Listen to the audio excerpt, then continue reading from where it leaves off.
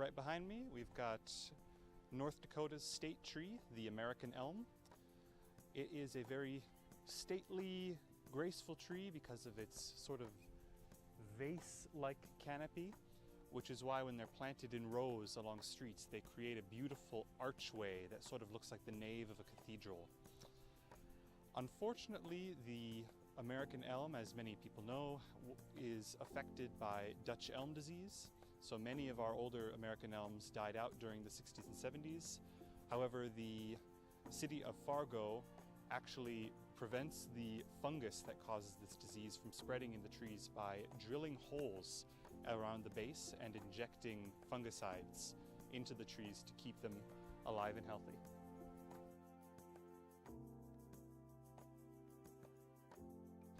Here we have a very commonly planted North Dakota native tree, the green ash. In the late 20th century, the green ash was planted as a replacement for a lot of the American elms that died out. However, now we've found that the green ash is affected by its own disease, the emerald ash borer, which can introduce fungal pathogens and cause other kinds of physical damage. So now it's having a bit of its own die out.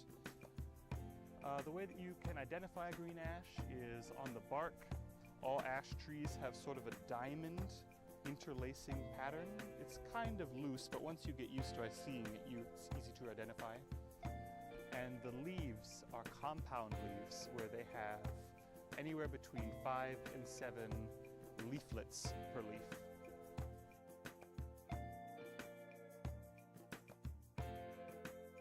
Right next to me we have a hackberry. Hackberry is a native tree that has a very sort of corky bark where it puts out these little corky extensions, which are very unique to this tree.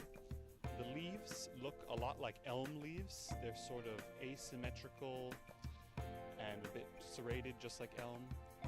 Also, as per its name, it produces hackberries, which are little drupes with a very large seed in the middle and a thin, fruity covering. You can eat them, and they taste a bit like fig Newtons.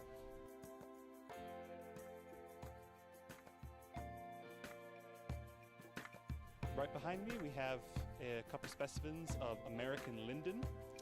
The American linden has a couple identifying features.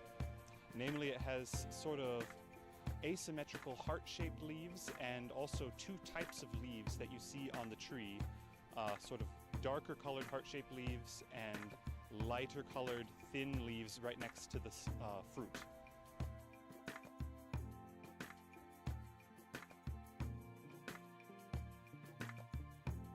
Here we have a fairly underappreciated and underknown North Dakota native tree, the American Hophornbeam. It's called the Hophornbeam because it produces these little seed pods which look like hops used to flavor beer. It has very finely toothed leaves that are kind of soft to the touch. It's an extremely slow growing tree because in its native environment it grows in the understory of other trees. But it's still good to plant, very hardy, very easy to establish. And I just like it for its little hops. I think they're very cute.